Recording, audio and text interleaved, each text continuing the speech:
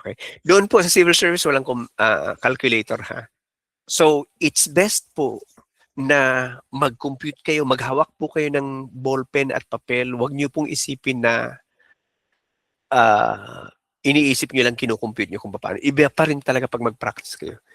Okay? Major in math po ko ha. Nung nag-exams po kami, we're allowed to use a calculator but certain types. There are prohibited types of calculators. It means to say those that are programmable, we cannot use it. And that sometimes we have to compute it manually. And I should get used to it before I took the exam.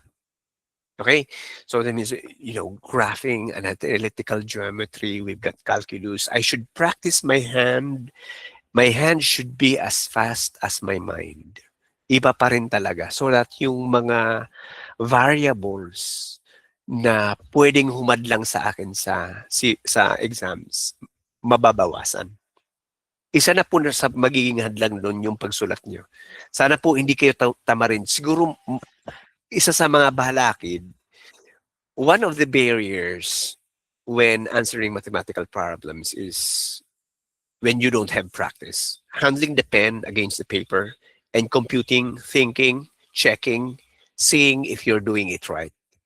So I suggest that if you have this problem, practice it with a pen and paper actual. Okay? So that you might worry of other things, no? But certainly not with your hand handling a ball pen or with against the paper. Certainly it shouldn't be. Okay? You can, that way you have to worry on other thing. Okay? It's different from just imagining. It's a skills, guys. The way to do it, halimbawa, gusto niyang swimming. Swimming is a skills. The way to do it, guys, you have to jump into the water so that you will learn how to swim. Pero kung magmamath po kayo, mental lang, isipin ko na lang, nagsusulat ako, iba po yun. I-try nyo po. Okay?